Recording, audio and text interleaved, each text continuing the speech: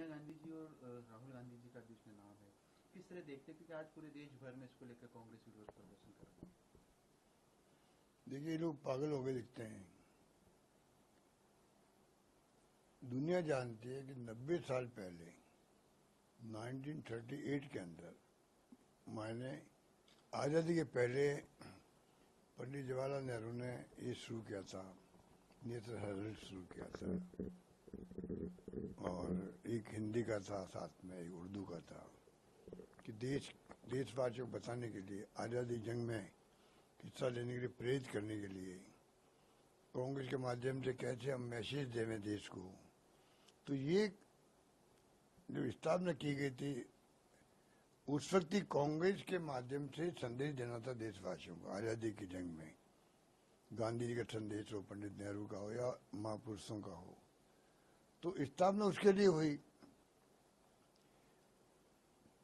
50-60 साल बाद में ऐसी स्थिति आई, कभी ये अखबार बंद हो गया था 2008 के आसपास।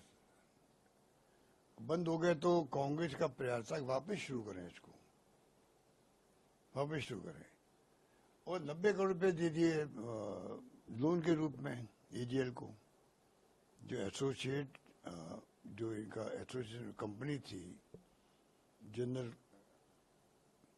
Limited, AGL associate general limited, 90 crore दे दिए। 90 करोड़ में क्या, लगभग 70 करोड़ तो दिए तनख्वाहों के लिए, कि जो बेचारे कर्मचारी लगे हुए थे उनकी तनख्वाह नहीं मिली 8, 10, 15 साल थे। मुझे मालूम है जयपुर का एक आदमी था, पता नहीं वो कहाँ है, भार्गव जी थे, जो इसके संवाददाता थे, तनख्वाह उनको नहीं मिल रही थी, बताते थे। तो तनख्वाह चुकवाने के लिए पैसे दिए गए लगभग 70 करोड़, और लगभग 20 करोड़ रुपए थे जो अन्य कामों के लिए, वापस मशीनरी और सब कुछ नया हो और कैसे ये वापस शुरू हो सके, प्रारंभ हो सके, वो प्रयास किए गए। और उसके लिए कंपनी बनाई गई यंग इंडियंस के नाम से, कि प्रयास करें किसी रूप में चालू हो जाए, क्योंकि एजीएल पैसा चुका नहीं पा रही थी। तो एक नया जो नई कंपनी बनी, उसके अंदर नॉन प्रॉफिट कंपनी है, उसमें प्रॉफिट हो ही नहीं सकता और कॉमर्शियल काम नहीं हो सकता। जो दोनों उसमें उद्देश्य है नई कंपनी के अंदर, तो फिर मनी लॉन्ड्रिंग कहाँ हुई है? एक नया रुपए का लेन देन नहीं हुआ है, ट्रांजैक्शन भी नहीं हुआ है, पैसा आया नहीं है, गया नहीं है। तो उसको लेके इस देश के अंदर ऐसा माहौल बनाया जा रहा है जैसे कि बहुत बड़ा घोटाला हो गया हो। इतनी संपत्ति है, बॉम्बे में, दिल्ली में, लखनऊ में उनकी है, अटैच की जा रही है। 600-700 करोड़ की संपत्ति हैं, जैसे उन्होंने चुनाव के पहले किया था कि एआईसीसी के अकाउंट सब सीज कर दिए।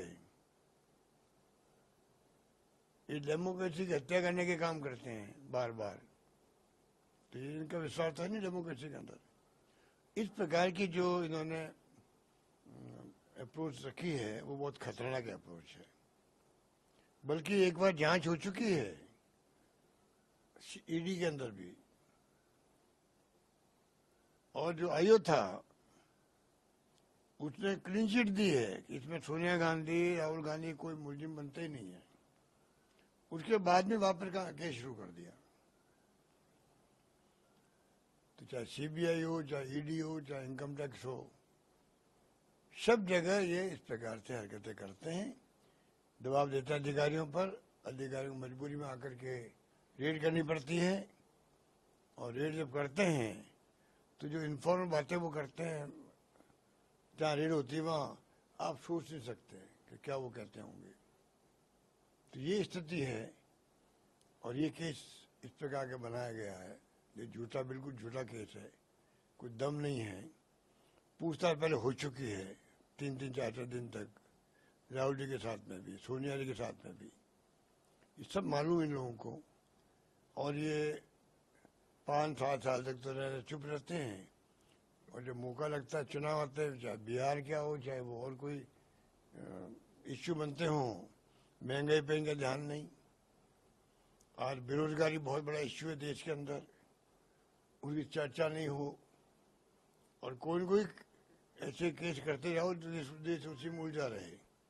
ये जो इनकी हरकतें हैं, ये मैं समझता हूँ अगर किसी विश्वास लोकतंत्र में हो वैसी हरकतें कभी नहीं कर सकता है, मेरा मानना।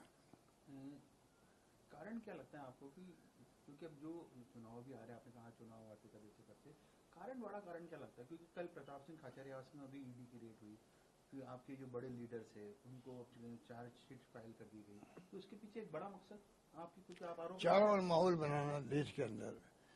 मिस्टर रॉबर्ट वाड्रा जी को पहले बुलाया था कोई जमाने में, अब 10 साल बाद वालों बुला रहे हैं। तो ये जो एक साथ केस नहीं दे सकते थे, 6 महीने में, साल भर में केस डिस्पोज हो जाते। आप अगर आप ईमानदारी होती तो आप इतना 10-10 साल क्यों लगते हैं? और अभी लोकसभा में जो उत्तर आया है क्वेश्चन का, 290 के आसपास इन्होंने छापे डाले हैं, रेड करी है या केस बनाए हैं पॉलिटिशियन पर। 900 समथिंग थे, उसमें सिर्फ 2 केसेस प्रूव कर पाए ये लोग। 900 लगभग में से 200 केस, 2 केस ओनली।